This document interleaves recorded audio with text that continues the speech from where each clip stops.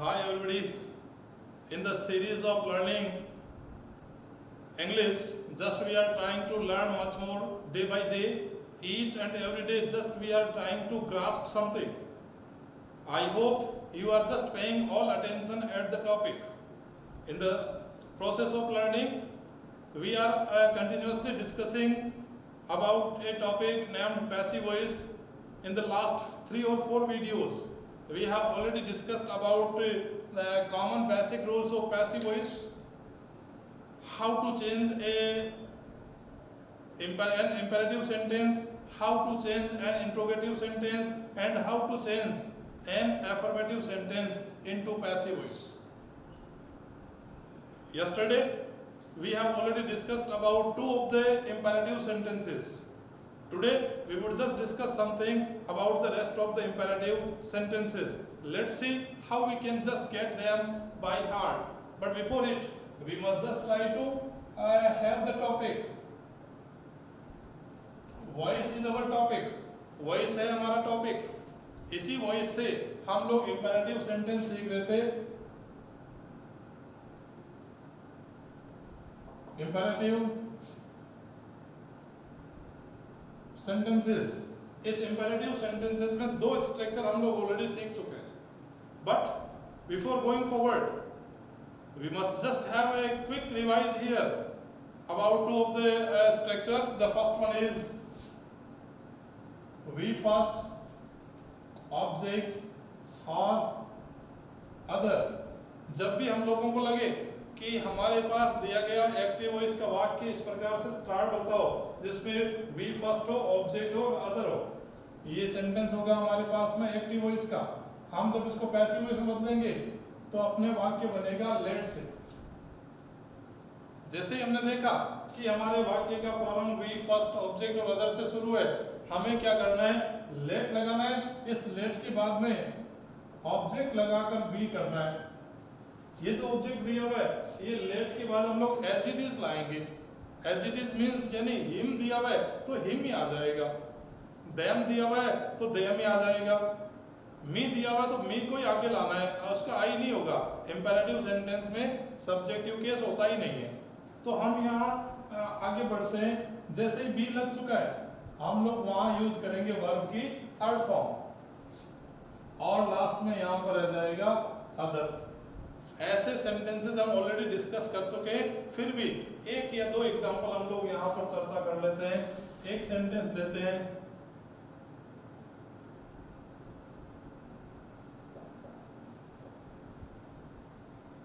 Clean the board with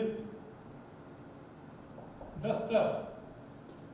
board को duster से साफ कीजिए. अब जैसे हमने देखा कि बोर्ड को डस्टर से साफ कीजिए, एक शब्द आया तो हमने यहाँ चेक करना शुरू किया. यहाँ वी फर्स्ट, ऑब्जेक्ट और ये हुआ other.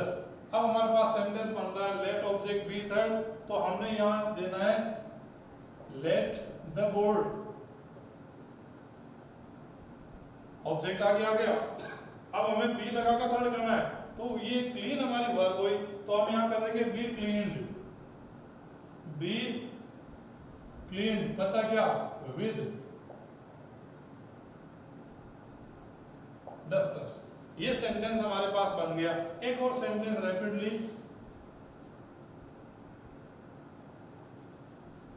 Send her the message. अभी हमारे पास यहाँ आया है send, V first and V first और ऑब्जेक्ट. तो हमारे पास वो मिल गया हम लोगों को सेंड हर द मैसेज. तो उसका पैसिव चेंज कर दीजिए, लेट ऑब्जेक्ट बी थर्ड. तो हमारे पास इसका पैसिव बना लेट हर. यहाँ हर का हर ही रहेगा, शी नहीं लाना है क्योंकि ये लेट खुद वर्ब होती है. तो let her be sent, let her be sent. बचा हुआ हिस्सा द मैसेज, ये अपनी जगह रह जाएगा. ये बस इतना यदि कॉमनली हम लोग इसको फॉलो करें तो हमारा पैसिव कहीं नहीं जाने वाला है. एक सेंटेंस ये ऑलरेडी हम लोग कल डिस्कस कर चुके हैं. दूसरा जो स्ट्रक्चर हमारे पास में था एक्टिव वॉइस का, वो था don't plus V first plus object और अदर। ये जो हमारे पास आ रहा है don't plus V first plus object और अदर, इसको हम चेक करेंगे। यहां let as usual objective case, और उसके बाद हम लोग डोंट को हटाते हुए यहां पर यूज करेंगे not plus be plus V third, और साथ में रह जाएगा other. Let object not be third, sorry passive voice पे हमेशा थर्ड फॉर्म आती है, तो let object not be third. कितने ही वाक्य जिनमें वाक्य का प्रारंभ डोंट से होता हो, साथ में वर्ब की फर्स्ट फॉर्म हो, उस वाक्यों में हम लोग लेट ऑब्जेक्ट नॉट के बाद बी लगाकर थर्ड फॉर्म करेंगे। कैसे? दो वाक्य यहां पर हम लोग एक बार चेक कर लेते हैं। Don't cross the limit here. अभी हमारे पास आ रहा है डोंट और क्रॉस वी फर्स्ट ऑब्जेक्ट हुआ द लिमिट।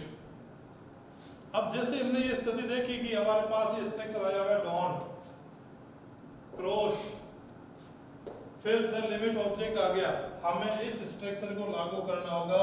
इसका अर्थ ये हुआ हम लोग यहां यूज करें लेट द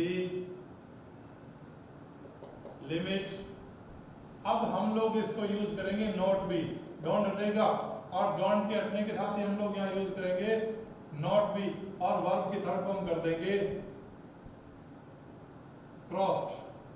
बचा क्या? हियर। ये हियर अपनी जगह रहेगा, कहीं पर भी कोई संशय नहीं हो। Let object not be third, इतना बेसिकली हम लोगों को फॉलो करना होगा। एक और देखते हैं लास्ट, डोंट स्प्रेड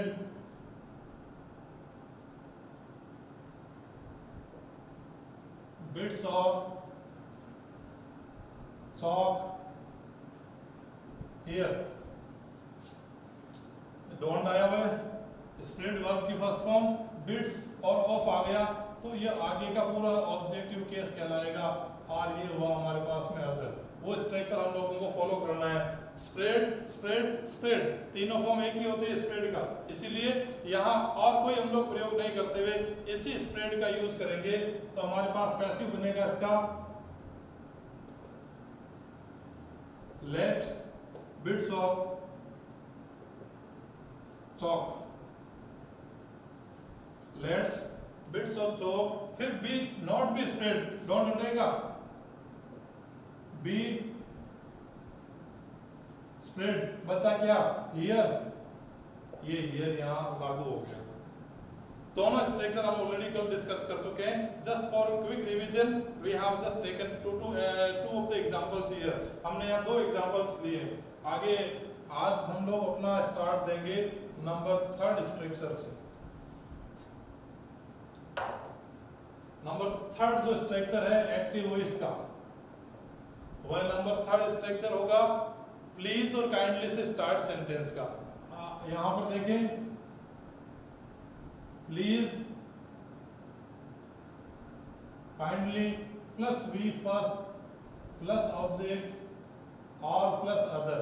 यदि हमें ऐसा सेंटेंस मिल जाए जिसमें वाक्य का प्रारंभ ऑलरेडी प्लीज या काइंडली से हो, या फिर वर्ब की फर्स्ट फॉर्म से हो और वाक्य के अंत में प्लीज काइंडली दिया हुआ हो, ऐसी स्थिति में जबकि दिए गए वाक्य में सब्जेक्टिव केस नहीं होता, वो वाक्य इंपेरेटिव सेंटेंस कहलाता है।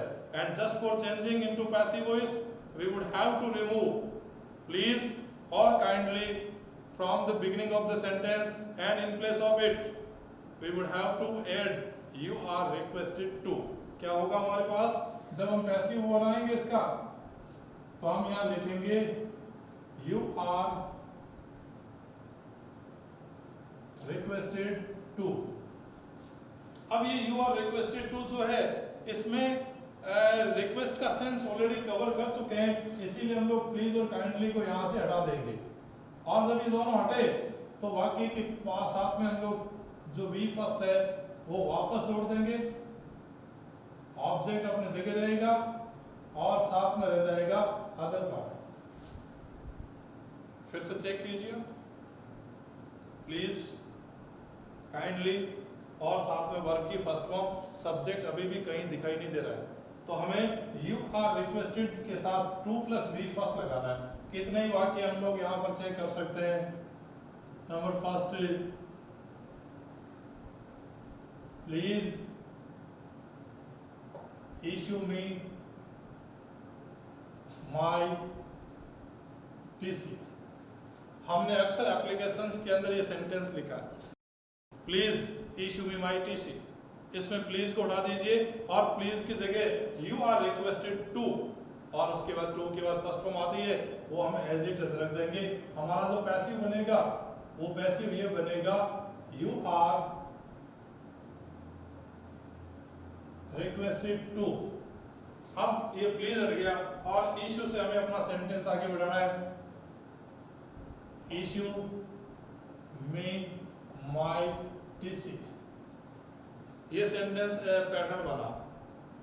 कितने ही वाक्य ऐसे हो सकते हैं, एक और देखते हैं। Kindly comma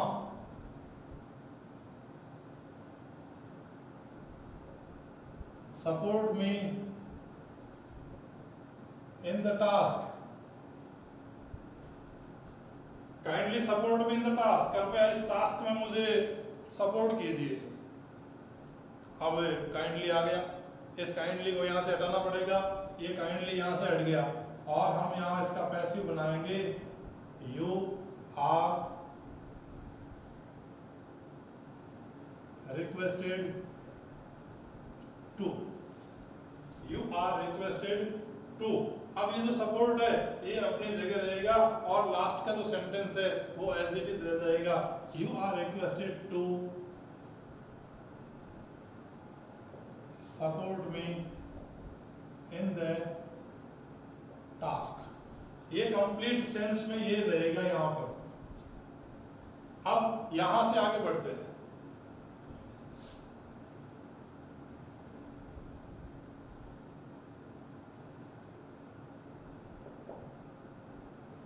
appoint him here please. अब इसमें प्लीज लास्ट में दिया हुआ है, उससे कोई फर्क नहीं पड़ेगा। यदि हमें प्लीज और काइंडली वाक्य में नजर आ जाता है तो प्लीज और काइंडली को हटा दीजिए और उसके स्थान पर यू आर रिक्वेस्टेड टू का प्रयोग कर दे। तो हम इधर प्लीज दिया हुआ है और यहाँ वर्ब की फर्स्ट फॉर्म है, ऑब्जेक्ट हमें मिला ही हुआ है और अदर। इस पैटर्न पे हमें सेंटेंस चेंज करना होगा। यू आर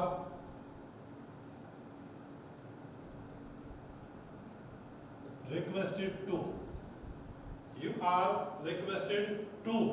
अब हम लोग अपॉइंट हिम को एज इट इज रख देंगे, अपॉइंट हिम हियर। ये प्लीज हट गया वाक्य के अंत में से, क्लियरली हमारे पास मेंशन हो रहा है यहाँ पर, चेक कीजिएगा। अब हम यहाँ से थोड़ा सा एक और तीसरे स्ट्रक्चर में बढ़ते हैं। यहाँ ये इसी का एक और एक्टिव का वाक्य हम लोग देखते हैं। यदि please kindly plus don't plus V first object और अदर आ जाए, यानी सेंटेंस वही है, प्लीज और काइंडली तो है ही, लेकिन ये भी आ गया साथ में डोंट। अकेला डोंट आए तो let object not be third. Please kindly अकेला आ जाए तो you are requested not you are requested to. अब जब दोनों ही आ जाए कि प्लीज या काइंडली में से कोई एक है, साथ में वाक्य में डोंट का सेंस भी नेगेटिविटी का सेंस भी है, हमें क्या करना है, इन दोनों को हटाना है। और इसका जब पैसिव बनाएंगे तो हम लोग लिखेंगे you are requested not to. अब देखिए इस सेंटेंस को यहां तक you are requested not to. पहले हमने रिक्वेस्टेड टू किया था, इस बार डोंट भी हट रहा है तो हम लोग यहाँ नॉट टू का प्रयोग है, टू नॉट नहीं, नॉट के बाद टू, क्योंकि टू वर्ब को जोड़ रहा है तो हम नॉट को टू के पहले लगाएंगे। You are requested not to. अब ये जो वी फर्स्ट है, ये वी फर्स्ट वापस यहाँ लागू हो जाएगी और ऑब्जेक्ट और साथ में यहाँ रह जाएगा अदर। कोई प्रॉब्लम नहीं आ रही है यहाँ तक आप लोगों को? दो तीन वाक्य इसके भी लेते हैं।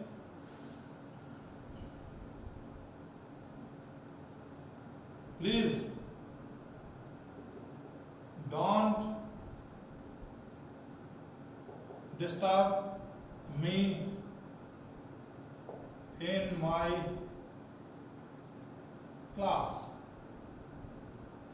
यहां हमारे पास प्लीज भी आया हुआ है, डोंट भी आया हुआ है और वी फर्स्ट भी आया हुआ है। कंफर्म निश्चित कर लीजिए कि क्या हमारे पास दिए गए वाक्य के अंदर प्लीज है, डोंट है और यहाँ आ गया वर्ब की फर्स्ट फॉर्म, फिर ऑब्जेक्ट आया हुआ है। तो हमें प्लीज काइंडली को हटाने के लिए यू आर रिक्वेस्टेड, डोंट को हटाने के लिए नॉट टू और फिर वी फर्स्ट अपने आप में जुड़ जाएगा।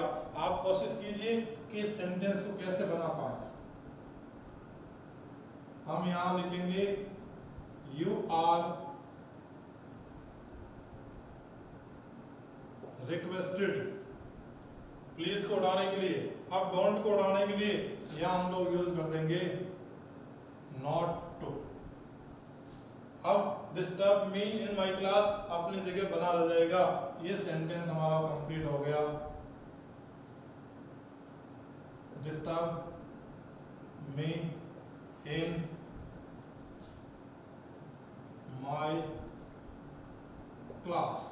ये यहाँ हमारा पास कंप्लीट सेंस आ जाता है कि ultimately how we can just change the sentence of active voice into passive voice. एक और सेंटेंस,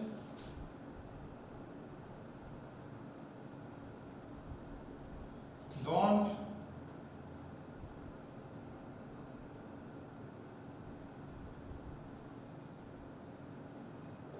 वेस्ट योर टाइम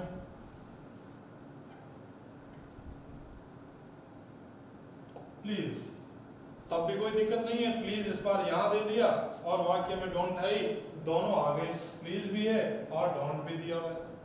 अब हमें इसको क्या करना है, इसको पैसिव में चेंज करने के लिए प्लीज काइंडली हटा दो और उसके स्थान पर यू आर रिक्वेस्टेड, ये दोनों हट जाएंगे।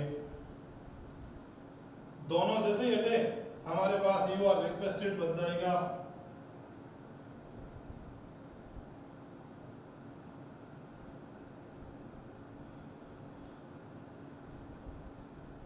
You are requested. अब हम लोग डोंट को हटाते हुए यहां पर यूज कर देंगे not to be. You are requested not to, अभी वी फर्स्ट वापस जोड़ना है, वेस्ट और योर टाइम। ये कंप्लीट हमारे पास सेंस आ जाता है इंपेरेटिव सेंटेंस के कुछ स्ट्रक्चर्स का। एक स्ट्रक्चर और यहां हम लोग डिस्कस करते हैं, ये इसी का थर्ड में था, इसीलिए हम लोग यहां लिखते हैं एक्टिव वॉइस का सेंटेंस स्ट्रक्चर नंबर फोर्थ। ये थर्ड फर्स्ट, ये थर्ड सेकंड। हम यहां यूज करते हैं let object V first object और other.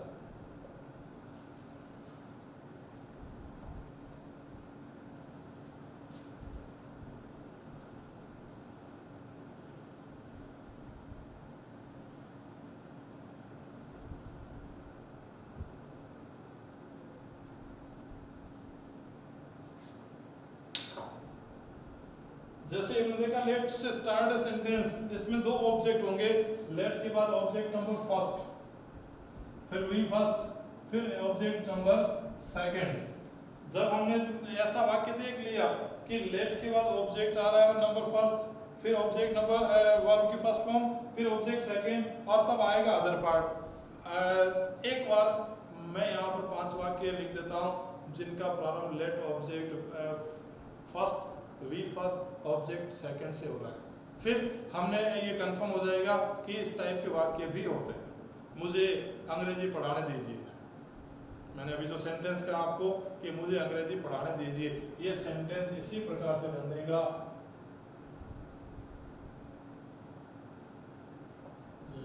Me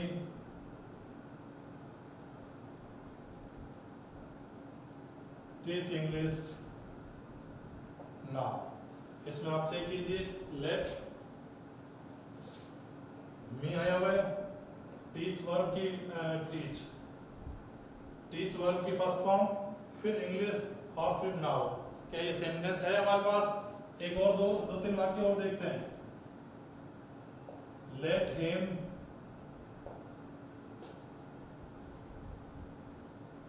watch the programme. तो let object number first, watch और ऑब्जेक्ट, उसे कार्यक्रम देखने दो। ये एक तरह का हमने उसको अलाउ कर दिया, परमिट कर दिया। तो let him watch the programme, उसे कार्यक्रम देखने दो। मुझे अंग्रेजी पढ़ा दीजिए, आपको कुछ प्रश्न पूछने दें। तो ये जो शब्द आ रहा है, ये वाक्य हमारे पास आ जाएगा, let you ask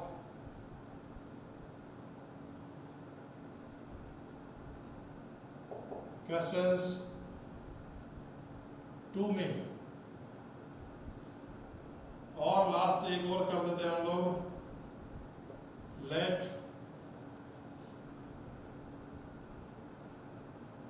them check my lessons। इन चारों वाक्यों में आप लोगों को एक ही स्ट्रक्चर मिला है, और वो स्ट्रक्चर है let object V first object second. इन सभी के सभी स्ट्रक्चर्स में आपको मिल रहा है लेट ऑब्जेक्ट नंबर फर्स्ट, फिर वी फर्स्ट और ऑब्जेक्ट नंबर सेकंड, तब आता है अदर पार्ट। यदि आपको ये साउंड मिल जाए तो आपको इसको चेक करना है। इसका पैसिव बनाने के लिए हम लोग क्या करेंगे, हम लेट इन दोनों ऑब्जेक्ट्स को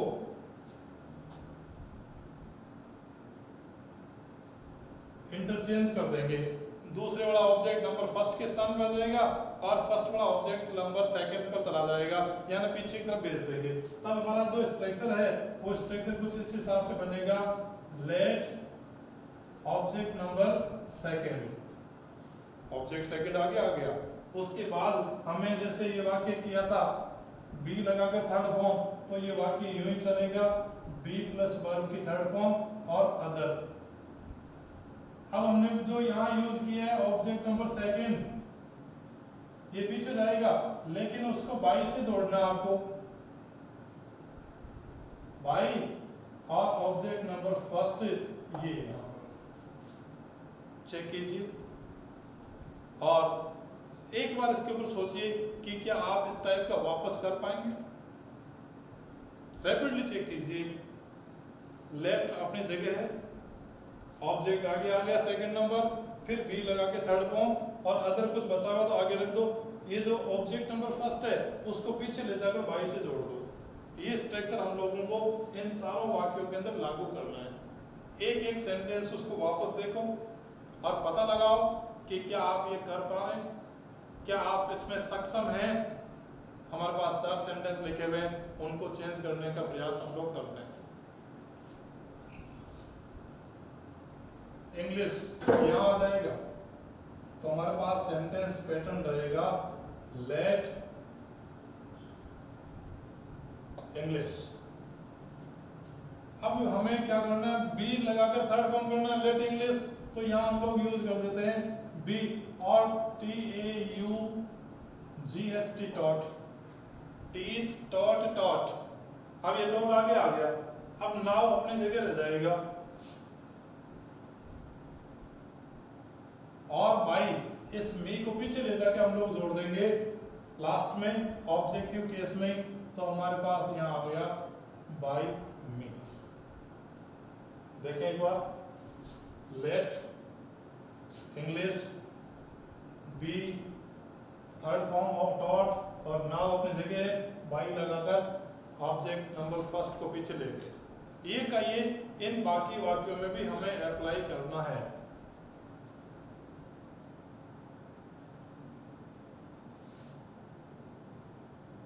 लेट इसमें दी प्रोग्राम को आगे लाएंगे, लेट दी प्रोग्राम। अब हमने ऑब्जेक्ट जैसे ही आगे आया बी लगा के थर्ड करना है, तो प्रोग्राम बी वॉस्ट, ये वॉच को हमने बी वॉस्ट थर्ड फॉर्म में बदल दिया बी लगाकर। अब हमारे पास हिम बचा हुआ है, इस हिम को पीछे ले जाकर बाई से जोड़ दो, बाई हिम। इसी प्रकार से लेट यू वाला सेंटेंस देखते हैं, लेट क्वेश्चन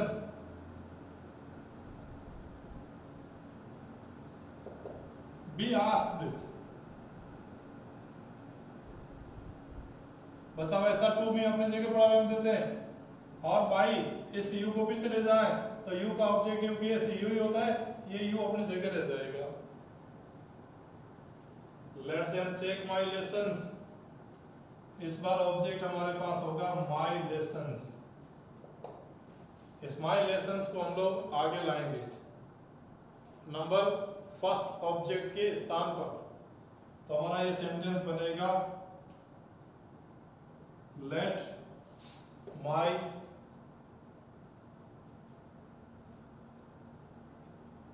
लेसन्स। अब बी लगा के थर्ड फॉर्म करना है, तो ये वर्ब है हमारी चेक, तो इसको बी चेक्ड कर देंगे, बी चेक्ड।